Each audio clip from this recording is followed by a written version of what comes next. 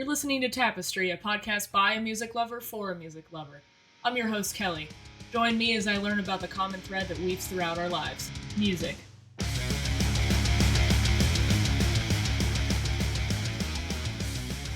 Side note, Tapestry is an uncensored podcast. Don't say I didn't warn you. Welcome to episode 34 of Tapestry, where I got the chance to catch up with Kyle Schaefer, the man behind progressive metal project Archaeologist. We got to discuss all sorts of things, including his latest epic two-part track, Winter's Wake, and the inspiration behind it, how he transitioned from a solo project into a full band and back again, and the importance of working with what you have at any step in your creative process, plus the lore behind his signature calling card, including a Cheez-It with all of his merch. You're listening to a bit of Winter's Wake off of the EP of the same name.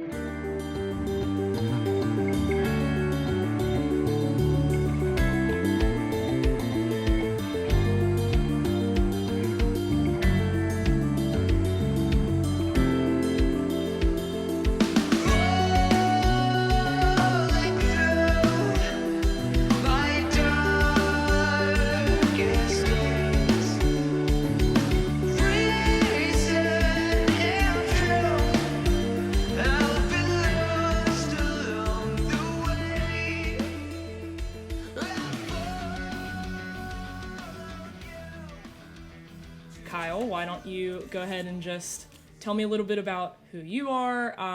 I know I've promoted this episode as archaeologist-centric, but you're involved in a ton of other projects, so I figured we'd talk a little bit about those too. But why don't you go ahead and just give me a little bit of your musical history and how you got to the point you're at now?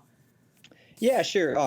So I think it makes sense to kind of focus on Archaeologist for the most part, because that is like my main project, and I'd say right now the only one that I'm in that's like active, and I'm like an actual, official member, on top of it, like having been my solo project in the past.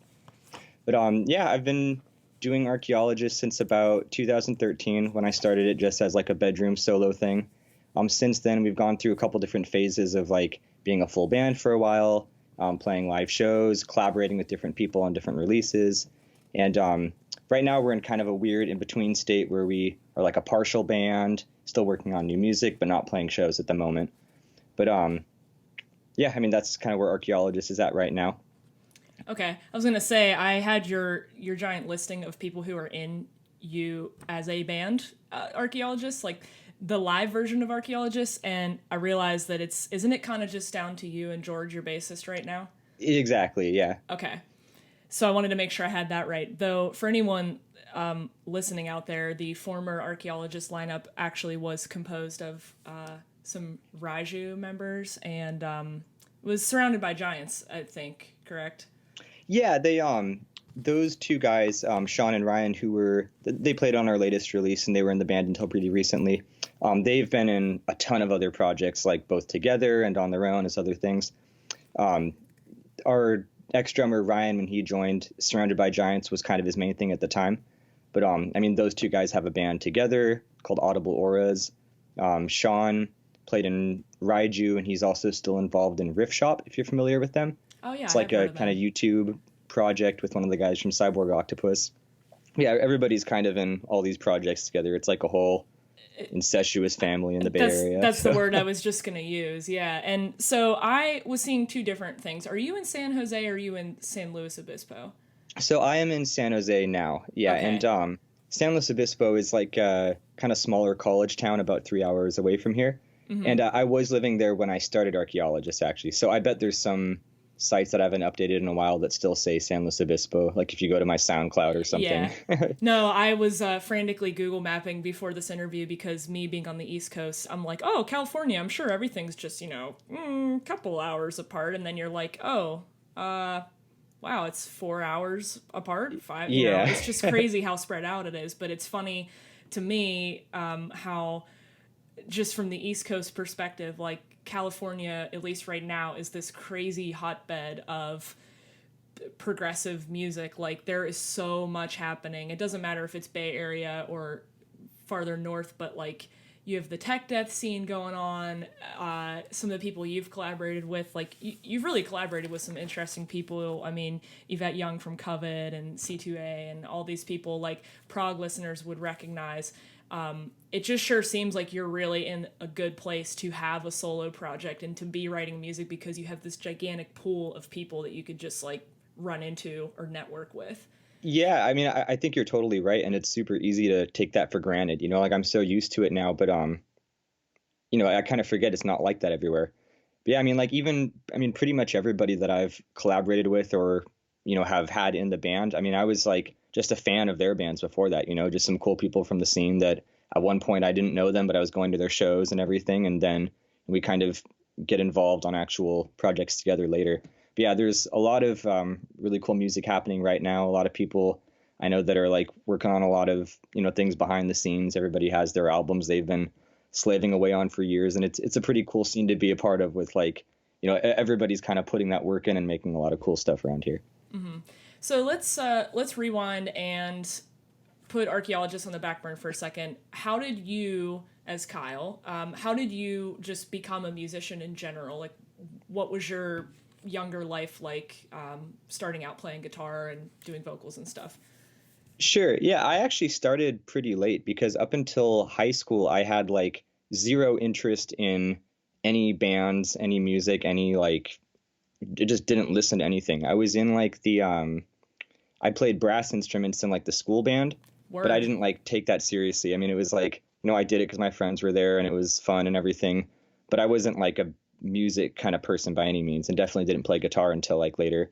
And so it was like kind of beginning of high school is when I started to get into like, I listened to Green Day and, stuff like that. I'm like, oh, maybe music's cool and I should buy an iPod and check out bands. So I'd say I started pretty late. And then in high school, I did have friends that were in bands, and I thought that was cool. I don't know when the moment was exactly, but at some point I was like, I should take guitar lessons and I should try to write, weird instrumental music. And yeah, it kind of happened, say late high school. I would not have expected that considering how prolific you are now with Archaeologist and then a lot of your other projects too. Also, I'm surprised by that considering how many covers you post too. I mean, you've done like, what, like Nine Inch Nails and Deftones and stuff. I mean, I think there's a lot of stuff there that goes back older than you probably are, maybe. And I'm like, oh, surely he's been listening to this for years and, that sort of thing.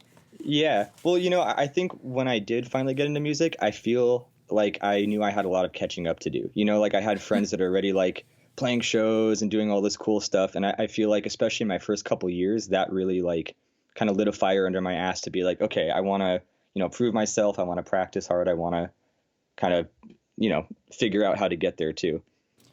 From a practical standpoint, how did you do that much catching up in a short period of time? Because by no stretch of the imagination is your music easy music to play. Yeah. I mean, I guess you probably wouldn't say that if you heard like the first stuff I did. Like if you go back to like my first album was in 2009, and it was just like, I don't even know what to call it. Whatever weird kind of instrumental stuff I was able to manage to produce with my like synthesizer and guitar in my bedroom. And it's like I didn't know anything. I mean, I remember there was a time when like I didn't understand why like bass was an instrument, because I was like, I had these like shitty computer speakers and I was like, you can't hear the bass. Like, why does anybody care? You just like, you can hear the guitar and the drums, but that's it. Oh my god. I just remember when that was like my understanding of it, because I didn't know anything, and that's how I made my music, just whatever weird kind of stuff I could throw in. I would say it was very gradual to when like, it took a while before I was actually around people who, kind of showed me a bit more with how normal people make music. And so eventually, now I think I'm a lot more conventional with it. But yeah, there was definitely a time when I just had no idea what I was doing and just tried to kind of figure out how to make whatever I could manage to, kind of put together. So, I mean, it's just striking me that, it sounds like you really had this driving need to do it, and a lot of people don't bridge that gap. They're like, oh, I want to write music someday. Cool, great, and then they just never do it. I'm also surprised too, knowing the type of stuff, some of your influences, like you listed some influences like Opeth, Meshuggah, Protest the Hero, Cynic, all these technical bands, like it just seems pretty impressive, I guess, to go from kind of having no clue what you're doing to then easing into it so well. Was there something going on in your life that was kind of an impetus for that, or it was just that drive to want to do it? Yeah, actually, I would say that even when I was making music that didn't resemble anything what I'm doing now, I always really liked like progressive rock and metal. Like I got into that, I'd say pretty quick after getting into music in general. I listened to a lot of math rock bands, Fall of Troy, Mars Volta, stuff like that. Like way before I was like, anywhere near halfway decent at guitar. And so that was always like my favorite kind of music, but just I didn't do that for a long time because it's hard to make, I mean, it's like I wouldn't even have known how to get started with that. And so like I made my weird instrumental music for a while. I played in like an indie rock band in college because I do like that kind of stuff too. But it was like I was always kind of a metal dude making other kinds of music, And so after my indie rock band broke up, that was kind of the time when I was like, I'm going to figure out how to make the kind of music that I really listen to and love the most, which is like, metal, progressive rock, math rock, that kind of stuff. Was there a certain principle that you really had to get in your head to kind of, get one foot out of indie rock land and into okay, this is going to actually project me into where I want to be? Not too much. I mean, I think it was more just the fact that like, by that point I had actually had some experience like, playing in a band, making more, I'd say kind of working with other musicians and understanding how people normally do things. And like in college, I met some people that record their own like solo metal projects and things like that too. So I'd say it was just the fact that at that point I was in a place where I was kind of making music already, and then all of a sudden had like the free time and the means to start my project and kind of like figure out how just a little bit more about like recording and producing and things like that. So you obviously, like before your solo stuff, now you've already had the experience of collaborating with people, being in a band, going out playing shows, and then revert isn't the right word because it implies that playing with a band is automatically better than being a solo project, but just Sure. You kind of did revert back to being one guy as Archaeologist. Did that coincide with, like, was that when you were wrapping up college and stuff, or was it just sort of like what you felt you wanted to focus on at the time? I guess some of both, because even when I was with that band, like it wasn't too different, because like in that band, I would still write the songs and stuff. It was kind of like my normal process where I write everything in Guitar Pro. My bandmates were like, I mean, it's super easy to work with in the sense that they're just like, yep, you write whatever, we'll play whatever. Maybe we'll throw in ideas once in a while, but it was like, you know, Your band, kind of. yeah, pretty much. I mean, in terms of the writing, at least, and so like, I mean, other people would throw in stuff sometimes too, but it's still kind of my same process where I like tab a song out in Guitar Pro, write most of the parts, and then everybody's just kind of cool with that. Like it was actually super easy working with those guys and making it happen like that. So it actually didn't feel that different, other than, I mean, playing live and working with people is obviously different, but yeah, but I guess it wasn't that jarring really to go back to a solo project from that. Okay, that makes sense. Now, project to project, do you, I guess, do your musical ideas sort of come to you differently? Like, I'm always really fascinated by that, how people, I guess, receive the information that they want to create. Because, like me, I'm just not a person who ever has a song idea just up floating around in my head. But some people might have that lightning rod kind of, oh, there it is, I gotta stop and get to my computer and plug this in. Like, what's that process look like for you? Yeah, I feel like I would say definitely not like the songs definitely don't just spontaneously kind of occur to you, and I feel like that's maybe some people work that way, but to me it seems like a bit of a misconception, because it's like the songs that I've made now I couldn't have just imagined before that. It's like it's such a gradual process of kind of just building it one little step at a time. Like you're jamming on the guitar and you say, oh, this is a cool chord and it sounds cool when you play this chord after, and it's so much more kind of organic, I guess, than just having some like, having some great idea and then executing it. And I feel like when people imagine it being more like the first way, it probably seems more daunting because it's like, you can't just think of the song in your head and you're like, well, I don't have any ideas for that then. But Right. but I think it's actually not that bad if you just go one step at a time, because it's kind of just a problem solving process of like, I mean, I guess first you do have to come up with some ideas, but then once you have like a really basic kind of idea or structure or foundation for your song, then it's just a matter of like kind of figuring out what goes along with that and maybe figuring out what goes before or after it, And so I would say it's a very, my process is actually pretty slow too. So maybe it's not the best way to do it, but for me, it's definitely a gradual process, just kind of one small thing at a time, slowly building on it. Do you come up with lyrics before your music or the other way around? And granted, I know some of your stuff has been instrumental. Actually, a lot of it's been instrumental, but Sure. the stuff with lyrics I really enjoy too. And I always wondered if you kind of put the cart in front of the horse. Yeah. Normally I start with instrumentals first. That's almost always how I do it. There are some exceptions, like if I know I'm writing music that's intended to have vocals, then I'm probably like taking kind of vocal notes as they come to me in terms of like, I'll have a lyric sheet or something, and I'll kind of just have kind of just my mind open for like, if something comes to me during the day, I'm like, oh, this, here's a random line, I'll write it in my notebook, or here's some inspiration I had today kind of thing. So the lyrics can kind of start like that, but in terms of like actually building the song and actually, kind of making something a bit more concrete, I would say it's almost always the instrumental that comes first for me.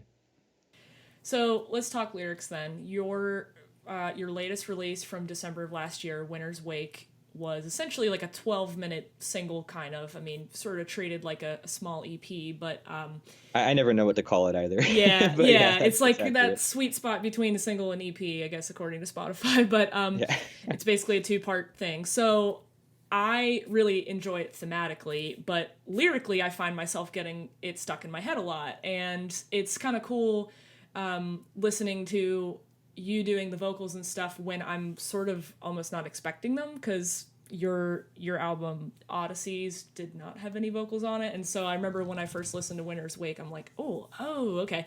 And I think you bring a really refreshing vocal style to the progressive metal world, because I don't know, it's something really different. So I wanted to pick your brain just about how you came up with the concept of it. Tell me more about the concept of it, because it is kind of intriguing and I'm still sort of figuring it out for myself, and just what led to the creation of Winter's Wake. Yeah, I mean, thank you. That's a big compliment. Winter's Wake, I would say lyrically was actually like really hard for me to put together. That was probably like the most in terms of my own like personal process of kind of making that song. That was where I really got stuck for a long time, I think. And like I kind of worked backwards with it, where I had the title for the song before I wrote any lyrics or like had a concept or anything like that. And then I was like, okay, this would be a cool name for a song, So now let's make a song based around that, which is, I don't know, kind of backwards, it seems to me. But then I went through like a bunch of different kind of concepts and ideas for the song, and what it ended up as is for a while, I mean, it's funny because I had a hard time figuring out like what I was going to tell people about this, because part of me wants to just lie and say like, oh yeah, it's this whole like, this whole deeply connected story that's like, all ties together and it's like super meaningful. And like parts of it are to me, but it's actually not as cohesive as it hopefully comes off as. So it's just a Because big lie. That's what you're telling yeah, me. I'm just a fraud is what I'm saying. It's all a lie. But no, I guess what I mean by that is I actually kind of ended up keeping some parts from like different phases of what I thought the song was going to be about. And so like there are parts of the song that kind of built on this like sort of winter theme. The chorus has kind of like lyrics related to that. And then there's other parts of the kind of whole song that are like, it's kind of like a story that was inspired by like this old Zelda game, actually. That was kind of like what finally stuck with me and kind of got me like producing a bunch of lyrics for it. And so which one, may I ask? it's from Link's Awakening. Oh, They remade OG. it now, but yeah. But they no, I actually wrote this before the remake came out, so now it's like relevant again. But it's but it's kind of this story with like this dude that like washes up on an island, and there's this whole thing with like it's sort of a dream world. He realizes partway through, and then it's like in order to kind of save his friends on the island, he has to basically wake up like the creature that is having this dream. And so it's like in order to save everybody, the world that he knows there is going to like cease to exist. And that was kind of the concept that tied into this. And there's but again, it's all kind of rough and loose, like that idea and those concepts definitely pop up a lot in the lyrics. And I would say that's kind of the core of like sort of the story here. But then there's other stuff that's just kind of, remnants from other kind of phases of the writing process. And then also I didn't want it to be anything super specific. I mean, even with like the artwork and the video and everything too, I definitely want it to imply some sort of kind of like I wanted to imply certain vibes and imply that there's like a story and some kind of mythology there. But I didn't want to really tie it down to something so specific as like there's this character and this happens to him and this, Right. Do you feel that leaving it a little bit open-ended allows the listener to sort of insert themselves a bit more? Or because I know for me, I'm always so black and white. I'm trying to figure out what the story is. Sure. Maybe that's a weakness, but do you feel it leaves it a little bit more enjoyable for the listener that way? I would hope so. Yeah, that would be the aim at least. Interesting. But again, that's not really what I would have set out to do from the beginning. But like, I mean, to be honest, I had a hard time writing the lyrics for that song. Like I got stuck on it for a long time. It was just this big task, hanging over my head every day, trying to figure out just a lot of stuff for it. And it really took me a long time. But that's just what ended up working, and it's kind of like, if it sounds good to me, then I think it is good, and so I didn't really worry about it too much. So, getting to do Winter's Wake, okay, so you struggled with the story and, still put out this great end product, but I think it's interesting hearing you walk through that, knowing you struggled with it, because to me it sounds very cohesive, particularly not to mention that you have two phenomenal guest soloists on each part. Scott Carstairs from Fallujah and Wes Thrailkill from Thrailkill. How did you get those two guys to sign on, and sort of how did they interact with the music, and did they just kind of slam the solo on your desk and go, here it is, or was there a lot of collaboration and back and forth honing that part? Yeah, that was I'm super happy with how both those came out. That was I mean, I really could not be happier with those guest solos. And yeah, for that it was basically just when I was writing the song, I had these two sections in mind. Like before I had specific names of who was going to be who, I was like, okay, we're going to have one feature here and then one feature here. And then we kind of, chose guitarists that we're all big fans of and that kind of makes sense stylistically on those parts. And then from that, it was just, basically pass them the instrumental section. And then it's like, whatever you want to do on it, just go for it and kind of do your own style. So, yeah, I mean, there was definitely nothing like on our end that we asked them to revise or change or anything. That's just what they came up with. And it came out pretty awesome, I think. I would agree. I was thinking earlier that if I could make Scott Carstairs' guitar tone a drink, I would be plastered every day because I love it so much. It's just perfect. It's delicious, huh? Yeah, I saw him. The second I saw that he was a guest on that track, I was like, I'm playing this immediately. So, good choice. With his solo, I love how like Fallujah it is. Like I'm sure anybody that's like familiar with his work, I'm sure could hear that solo and then name the guy that did it, Exactly. Yeah. Oh, it's so obvious, but in the best way. It's like, oh, there he is. Okay. Yeah. Perfect. And I gotta say, Wes's solo too. Wes was one where my bandmates like kind of knew who he was, had sort of heard his stuff, but I kind of told them, I was like, we got to get this guy on it, Wes, he's fucking crazy, like trust me, it'll be awesome. Right. And I hit him up, kind of sent him. I've met him like once before at a show for his band, now called Thrailkill, used to be called Mammoth. Right. So like I'd kind of met him and sort of introduced myself, maybe vaguely knew each other on the internet kind of thing.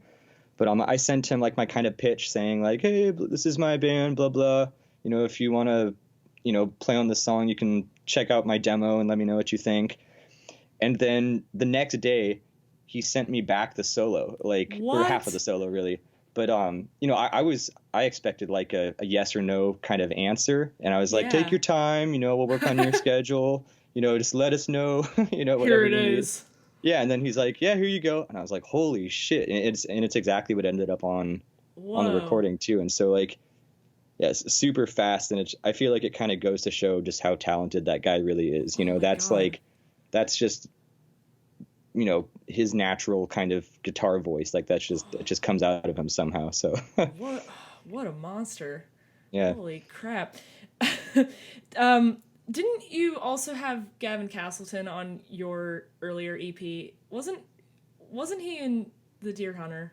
Yes, actually. Yeah. So, and that's kind of funny because he played keyboard and piano parts on one of the songs from the Odysseys EP.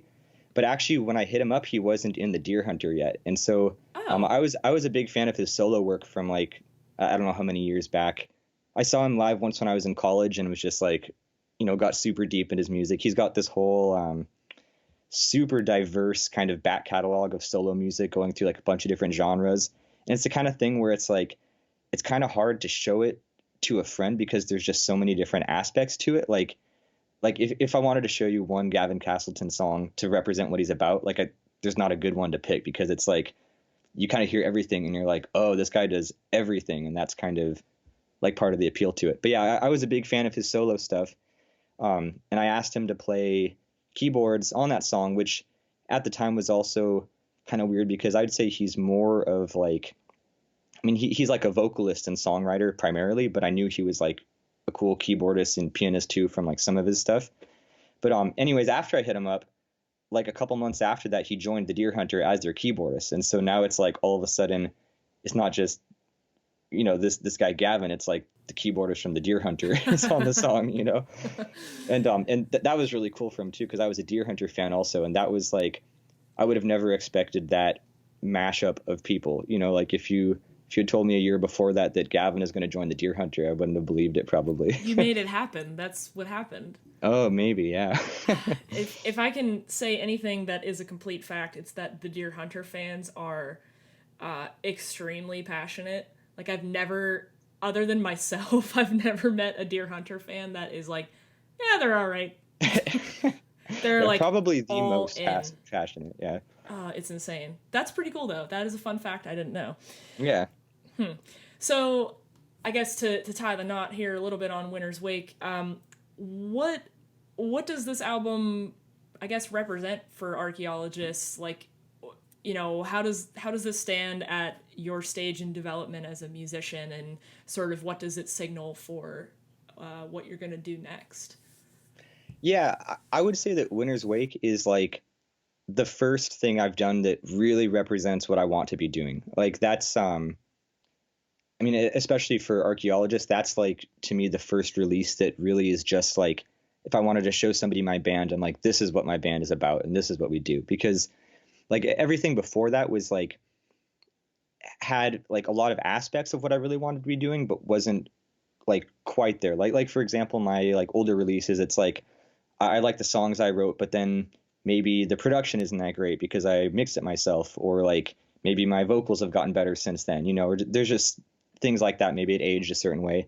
Or like even Odysseys, which I was happy with, was like that was always meant to be kind of a side project for the band in the sense that like I never wanted us to be a permanently instrumental band, and I actually didn't expect that to get anywhere near the traction that it did, just in terms of like all of a sudden, people think we're an instrumental band kind of thing. And so it's just a sort of thing where like, I always wanted to do vocals for Archaeologists and just wanted some, great sounding recording that I felt was like me at my best in terms of the writing and, performances and everything. And so then Winter's Wake is like, I think it's my favorite song that I've written and released, but then also it's like we got it, produced by this local producer that I've been a fan of for a while and friend of for a while. And so like all of a sudden it sounds way better than my own mixes. I've got these awesome bandmates that are like, just really taking everything to the next level and like playing stuff way further than what I could play. And it's kind of just where everything came together for the first time for me. And so I would say stylistically, I don't know if it's exactly where we'll go, but it's like, to me, that was like kind of just the first time I really accomplished what I've been aiming for with Archaeologist for the whole time.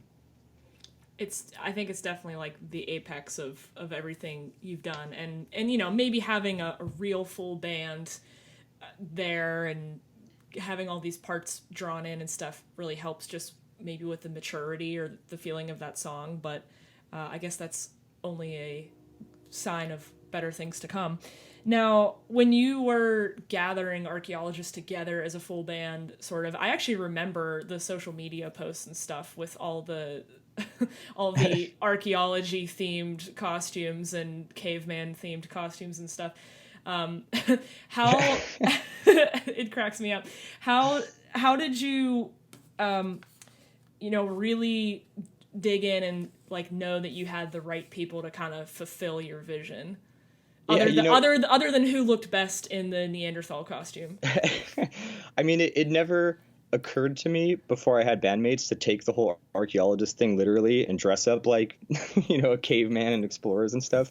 But apparently everybody was on the same page immediately. Like, yep, that's the band. This is what we're going to dress like. This is our photo shoot, How did you choose the name, by the way? The name was, it was a couple things. One, I wanted a name that was like, I guess, genre ambiguous, like something that could be a metal band but isn't necessarily like a metal band, because I wasn't sure if I wanted to just make metal with it. So I wanted something not too intense, but something that I guess was still traditionally cool sounding to me in terms of just how it sounds and how it looks on paper and everything. And then I guess just something that wasn't taken. I mean, I felt like when I was trying to think of band names, like 9 out of 10 ideas I had were already taken. So I don't know. Yeah, I think I just like to kind of short one word name. You don't have to like explain to people how to spell it. Although I do have to explain to people how to spell archaeologist. So maybe that's still an issue. Didn't you get some like questionable Facebook messages from people actually looking for like historical relic seeking advice or something? Yeah. I think a few of them may be like memers, but some of them are definitely legitimate. Fair. Okay. I never know whether to offer advice or to just ask them to check out my new mixtape, That's like 4D level band promotion right there. Yeah. There's probably a bunch of like professors and historians coming to your band page, and instead of giving them actual advice, just, hey, what do you think of my new song? I wonder if we've gained any fans like that. Like, I wonder if anybody came like expecting like legitimate archaeological content, and then they're like, oh, but the song's okay too, I really hope so. So I'm sorry, I actually interrupted my own question in asking you the question about how did you find the perfect band members, other than they were all on board with the photo shoot idea. Sure. Yeah, so I guess that kind of came from I mean, it did take a while with like finding people for the band. Like, there were some people I jammed with before those bandmates that didn't work out for whatever reasons. People have different schedules, people move away, people, just all kinds of stuff.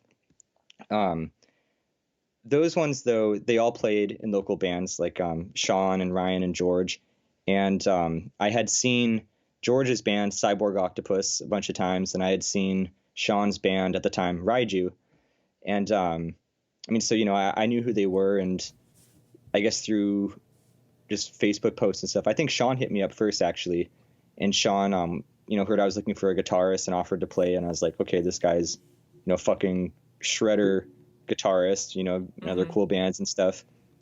And so he came on board first. We kind of met up once or twice and jammed. And he mentioned that his brother played drums. I'm like, oh, that's cool. Yeah, we need a drummer, we'll check it out. And then I saw Ryan play drums, and I'm like, holy shit, you said your brother played drums. I thought, like, you made it sound a lot more casual, Yeah. But I'm like, oh, this guy can actually play like all the stupid MIDI parts that I wrote out before I planned on having a real drummer, that kind of thing. And just the fact that they already like had played in so many bands together and kind of had like a practice space together just made it really easy to kind of start jamming. And then I think they actually recommended George, who I had maybe met once or twice, but didn't like really know. I mean, I knew who Cyborg Octopus was, but they brought him on board, and then I'd say it worked out pretty quick after that with the shows and everything.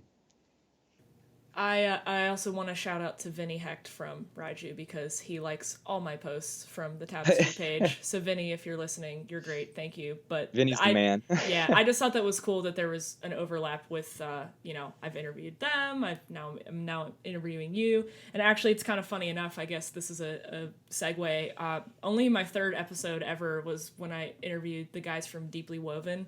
Oh, yeah. And at a certain point, I mentioned that I think when you were out touring at the time, hadn't you made it a habit of bringing an N64 to your merch table or something? Yeah, GameCube, but yeah, exactly. Yeah, thank you. Okay. So we have Super Smash Bros. At our merch table. Yeah, and I remember mentioning that, and I'm like, I don't know if you guys are ever going to do a West Coast tour, because they're in New Jersey. I'm like, but if you ever do, you better hit up Kyle from Archaeologist so you can have Super Smash Melee happening at your merch table. And they're like, oh, this sounds amazing. So how did that develop, or you just kind of were like, we need something to do? Yeah, sure.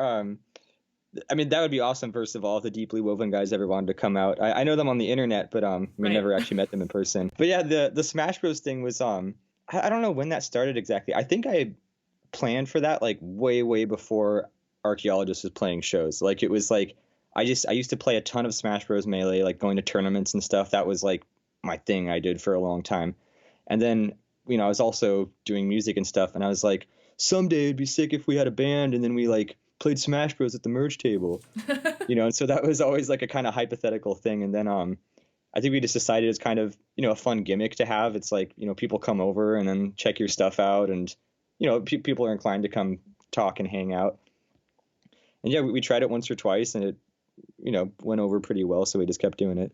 Have you ever had anything just like utterly insane happen at your merch table because of that?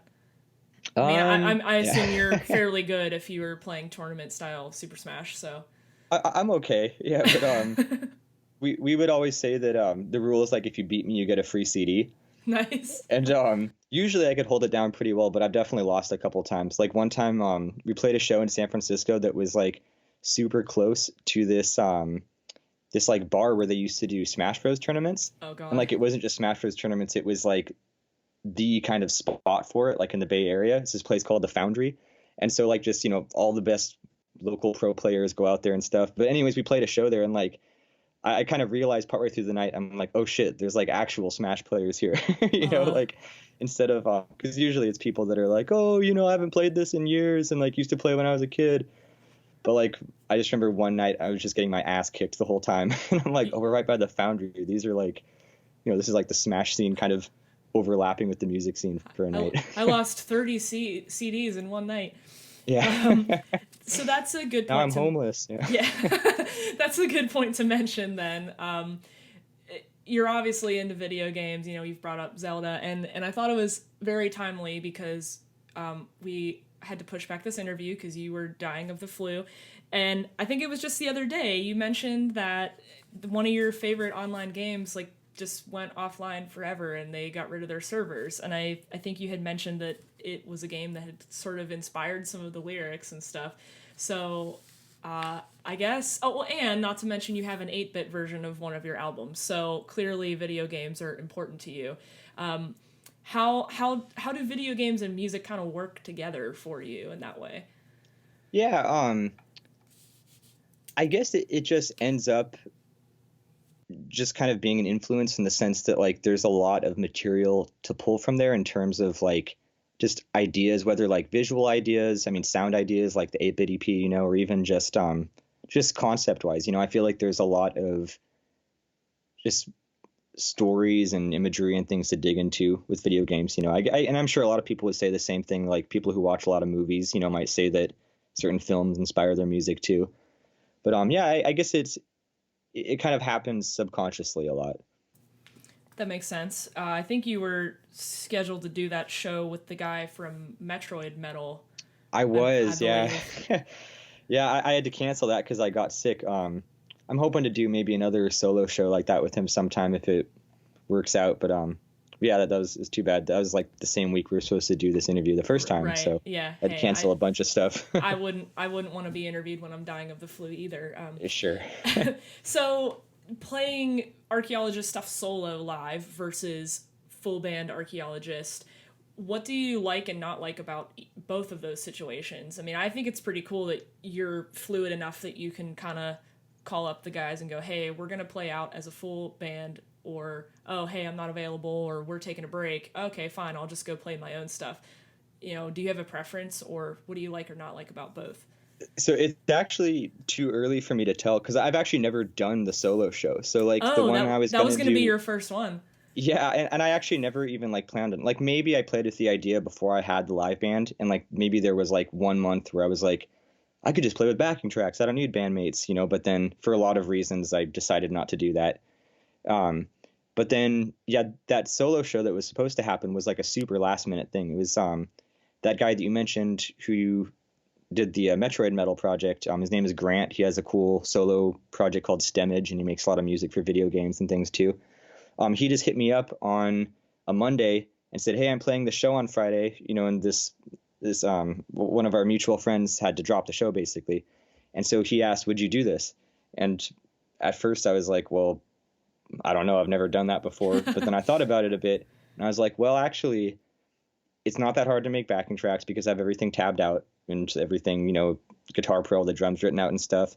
And I'm actually sitting on some new instrumental material that happens to be like more playable just on one guitar. Like certain things like Winter's Wake, I wouldn't try to do solo because it's like there's no way I can play the guest solos. There's no way I can even play a lot of like the other stuff that's on that. And I don't really want to like sit there and just chug some rhythm part while like a crazy solo plays in the backing track, you know, like it's just Yeah. it seems I feel like it would be kind of weird, you know. But a lot of the new stuff I'm writing now is like written for one guitar. There's no solos. It's kind of built around the idea of me being able to like actually play everything kind of by myself, and it just kind of worked out like that. So I agreed to it, made the backing tracks and everything, but then got really sick. And so I mean I guess long story short, I haven't tried it yet, and I wasn't planning on trying it, but now that I kind of have some tracks made and kind of prepared for it a bit, now I'd be more open to it. Yeah, just a little bit of that confidence kind of coming through. Yeah. That's encouraging to hear because I was thinking about, you know, going to this interview. I'm sure you've seen that meme going around lately where it's like the dad aged guy with like I already know which one. yeah, the like, oh, so what do you play? Oh, I'm a solo bedroom guitarist. You have 10 seconds to get the fuck out of my Yeah. house. Like, Yeah, my daughter says you're a musician. Yeah. yeah, right. So it's like I feel like, especially in the progressive community, we're all punching each other in the throat to try to declare I'm more progressive than you are. You know, and then you have all these like competing little instrumental projects and solo projects, and it's almost reached critical mass to me, I guess. So Sure. how do you contend with that in terms of promoting your stuff? And I mean, I'm not even really quite sure what I'm getting at, other than I guess I'm amazed that you have done so well, or at least from an outside perspective, it seems like you're recognizable and different. Have you been able to attribute that to any particular thing or strategy? Um, I don't know. Yeah, I mean, I guess it's all kind of relative too. You know, it's like I feel like you kind of just try to keep pushing at it for a long time, and like, I mean, I guess whatever your measure of success is, you know, I mean, like on one hand, I mean, you know, I mean, I'm very happy with like the fact that we've gotten a bunch of music out and like some people have heard it and stuff. But like on the other hand, we're still just like this little band that has never played outside of our hometown, pretty much. You know, there's like, I guess there's kind of just different levels of it. But I would say kind of related to what you're saying there. The internet is kind of weird and different from real life because the internet feels a lot more like a competition, and I feel like that's um, definitely something that and I'm sure a lot of other musicians can relate with. I'm sure it's something that like you have to kind of consciously like push that mentality out of your head, like just the sense that like because you know on the internet everything is numbers, you know, like who has more streams, who has more likes, who has more fans, whatever. And it's I feel like if you're not consciously aware of that, that kind of gets to you, and gets into your mindset. But I would say in the real world, in terms of like local stuff, it's very different, because when I think of all the local prog bands I know and everybody in the scene, it feels like there's not even like 1% of that. Like, it feels like everybody's just building each other up. Everybody wants to go to each other's shows. Everybody wants everybody to do well. And I think that's more how the scene actually is. But then just like, if you get too wrapped up in the whole social media side and the numbers and everything, I feel like that's what can get more like, I don't know, kind of more discouraging, or more, kind of building that more competitive aspect where people feel like they need to, talk shit about somebody else's project, or, whatever. Right. That's a really good perspective, I think, because it does all too often come down to, hey, the numbers, hey, that sort of thing. Though I have to say, you've definitely made your project memorable just by associating yourself with your love of Cheez-Its. I have to say, that always sticks out in my mind. How did that start? I mean, I have to ask now that I've brought it up. I knew this question was going to come up somehow.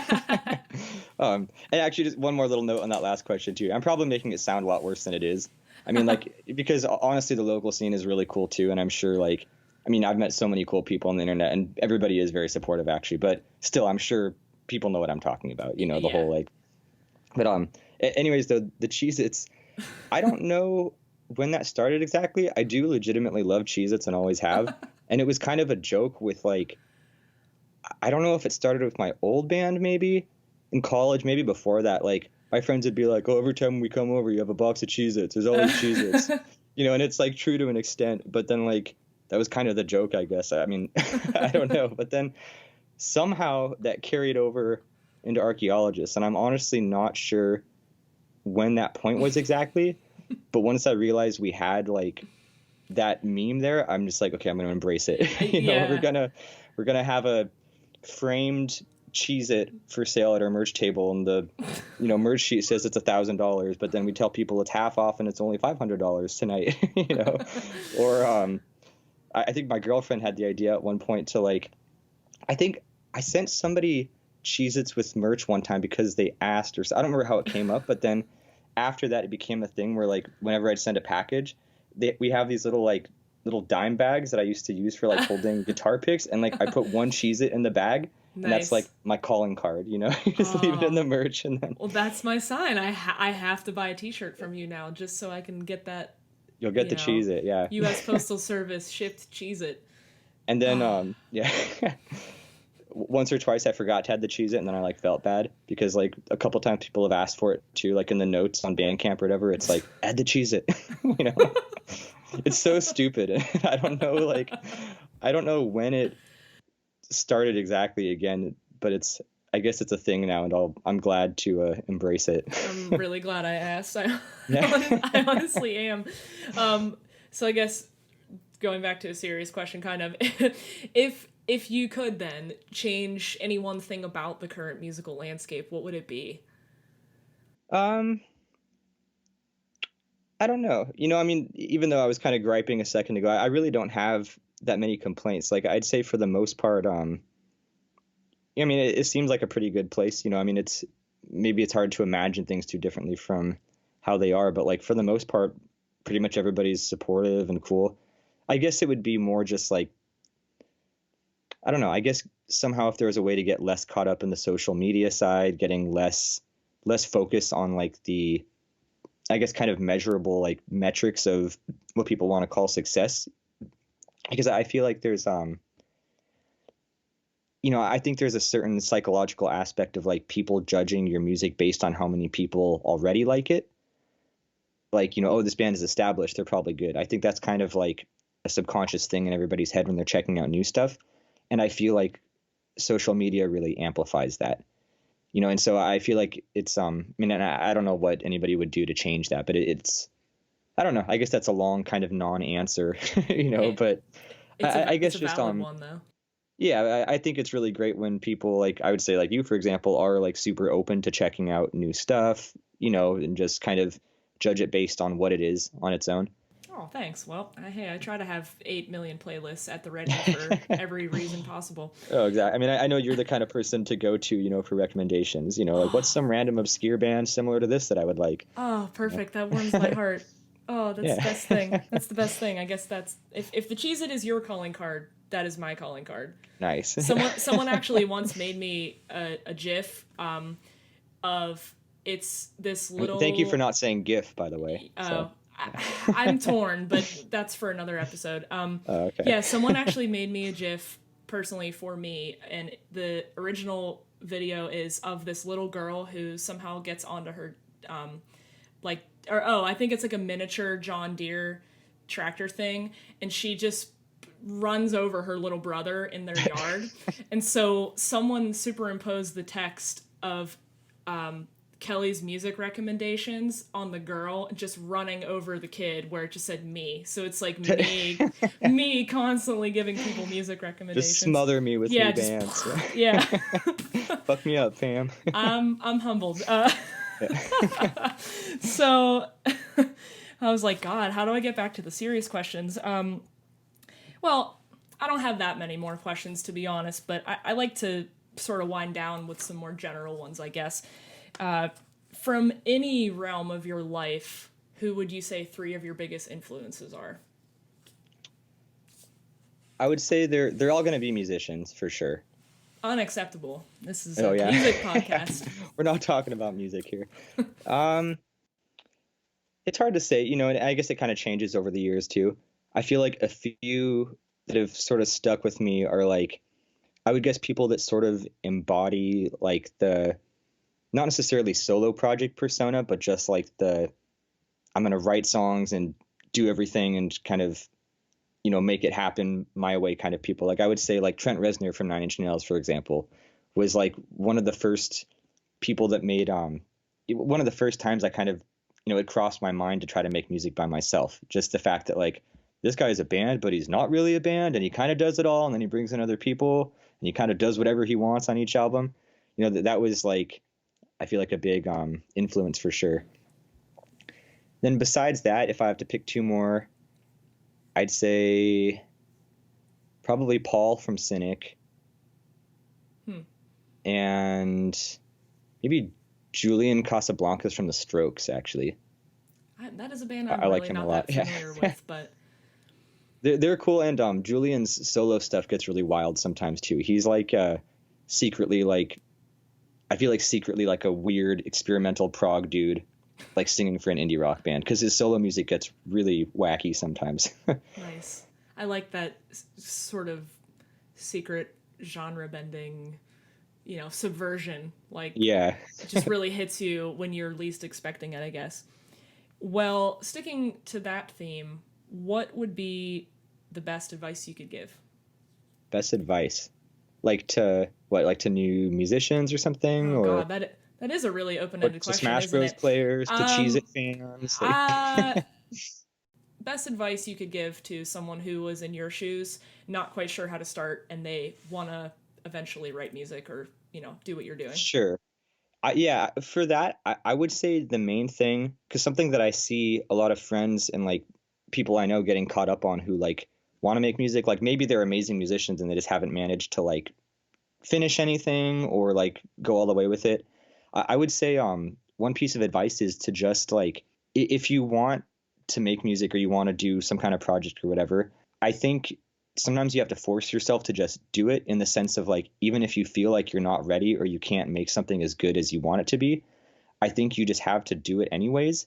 And then not necessarily settle for that, but like take it as one step towards what you're really like imagining getting to, because you can't just like make your magnum opus the first time, Right. Even if that's like the goal, you're not going to get closer to that until you make something that's only halfway as good as your magnum opus. Like you just have to start, just kind of work with what you have, hold yourself to a high standard still, and, make something you're happy with, but don't get stuck because you don't think it's good enough, like just one step at a time. And then by doing that, you're like a lot closer to being able to do it exactly the way you want to do it later.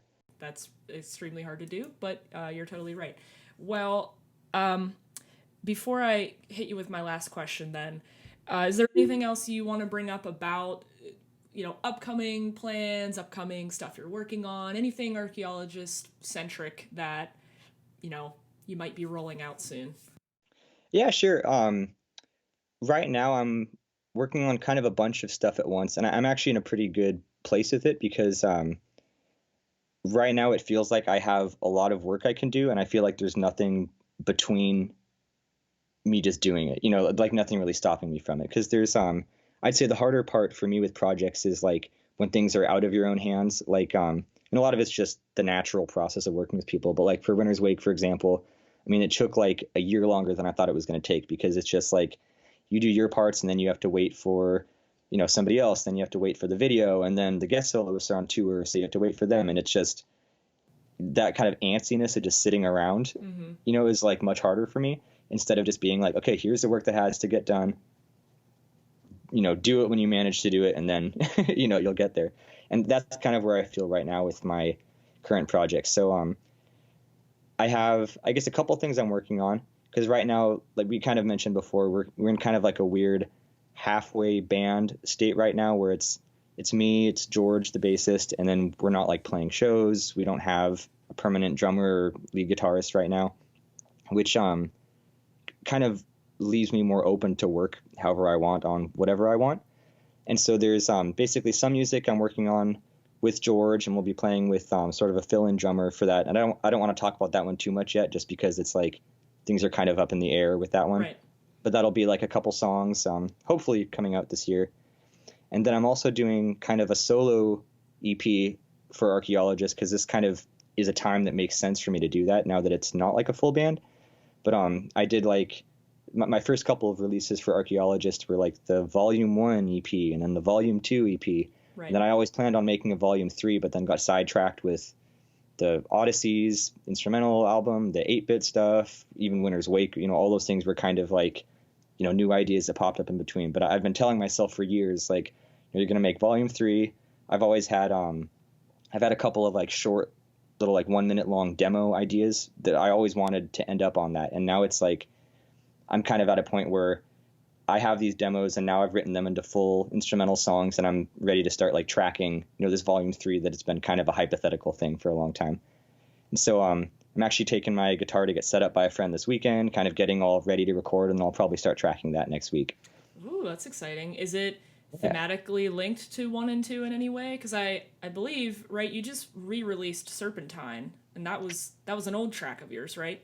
That was actually one from the Volume 1 EP. And Serpentine was almost kind of a B-side to Winter's Wake, because that one we recorded in the same sessions, like, tracked the drums the same day as Winter's Wake and everything, produced in the same sessions. But that one we basically just re-recorded because we had been having fun playing it live. And like the live version, we added a bunch of parts, and it was, definitely superior to my old, super outdated version on my old solo EP. So we kind of just said like, well, we're going in the studio anyways. Let's re-record Serpentine because, we like the way we play it live now. Yeah. But yeah, that was an old one too. But I guess getting back to your question, there's not like a thematic link between Volume 1, 2, and 3. But the format's the same. It's like 5 songs, and I'll release instrumentals too. I'm planning for like the cover artwork to be similar to 1 and 2, just kind of visually fit in with those. It's kind of its own self-contained thing, but I do have like a very strong idea of like the identity that I want for Volume 3, and I actually want it to be pretty different from pretty much everything else I've done for Archaeologists, in the sense that it's like it's going to be very vocally focused, I guess. Ooh. Like there's no guitar solos, there's no guest features. It's just pretty much riffs and vocals, and it's going to be a lot heavier than some of the other stuff. And yeah, just kind of different, I guess. Lyrically too, like I was listening to a lot of bands like Every Time I Die and more like hardcore bands, and kind of taking more like, I definitely want to take a more personal lyrical approach with it too. I mean, I have a lot of ideas for how I want this whole thing to kind of fit together, but I would say it's not really like thematically linked to Volume 1 or 2, other than the sense that it's just like another 5-song Archaeologist EP. Yeah. Oh, that's exciting. That honestly is, because I had a couple people listen to Winter's Wake, honestly, and I was like, hey, what do you think of his vocals? Because I just, you can tell you've come a long way with that. But I definitely had multiple people say, yeah, his vocals are really different than what you're hearing in the prog metal world, kind of, because I think you're sort of able to live in that, blending the clean and harsh stuff very well, kind of living in that world. Oh, thanks. But that's exciting, though. You're kind of getting heavier and crazier as you plan more stuff. So yeah, and for this one, and that's kind of what I would have said. Like, if you asked me 4 years ago, I would have been like, yeah, Volume 3 is going to be the heavy one, So that's kind of always been the game plan, and now it just happens to be the right time to do that, I think. And then after that, I plan on basically getting new bandmates, working as like a full band, and hopefully doing a full length or something would be cool, But we'll see. That's in the future. Right. Yeah. One step at a time. That's awesome, though. No, thanks for spilling the beans a little bit. So I guess, Kyle, I will leave you with my signature last question then. If you could only listen to 3 albums for the rest of your life, what would they be? Good question. I would say an idea of what one of them is going to be. Do you want to guess? Wait, let me think about it first, and then I'll tell you if you're right or not. Okay. I've got one. Let me think of 2 more. Okay, I don't know if it's like, if you give me another hour to think about it, I don't know if it'd be the same answer, but I've got a solid answer. Okay. Fair. Okay, what were you going to say? My guess is Trace and Air by Cynic. That is one of them, yeah. Excellent. Okay, great. Good call. What if I'm just like agreeing with whatever you say? Dora the Explorer's Best Hits. Oh, yeah. Oh, yeah, it was going to be the Wiggles. Yeah, how'd you know? Of course it's Britney Spears. Duh. No, but for real, yeah, I was going to say Trace and Air was honestly going to be one of them. I would say also maybe Ghost Reveries by Opeth. And then Sing the Sorrow by AFI. Oh, man, I haven't heard that album in so many years, but I want to go listen to it immediately. It's a great album. Is there a particular, like, tying thing for all those 3, or that's just, hey, that's just what came out of your head? Not really, yeah. If I just think of albums that, like, I never get tired of, those are a couple that popped in my head. Like, those are the kind of albums I can just leave in the CD player in my car for, like, a month and then not really even notice. Right. Just like... It's been 2 weeks. I've only listened to Ghost Reveries. Cool. Exactly. Well, Kyle, thank you for getting over your flu or whatever you had to come talk to me about Archaeologist. And thank you for rescheduling. Yeah. Yeah, no problem. And I'll just stay tuned for whatever you come up with next. So again, thanks for sharing your thoughts. I appreciate your time. Yeah, no, thank you so much for having me on. I've been following you in the podcast for a while, and I think you're doing great things for the scene, both with the podcast and just in terms of like supporting bands in general. So yeah, I think that's really cool, and I appreciate you having me on. So there you go. I hope you guys enjoyed my episode with Kyle from Archaeologist, and I'm extremely humbled by all the very, very nice things he had to say. But yeah, Kyle's a great guy, and please go check out his music. It's definitely one of the standout instrumental and sometimes not instrumental projects I can think of that I listen to regularly. If you want to go listen to more of his stuff, you can check him out on Bandcamp under Archaeologist. His Instagram is archaeologist_band, and then if you search for Archaeologist Music on Facebook, he should pop right up. I also have to say, he has the greatest meme group name ever, and that is because it is called the Archaeologist VIP Lounge. Welcome to the Bone Zones, sponsored by Cheez-It. You know what to do. Go join. And as always, thanks for listening.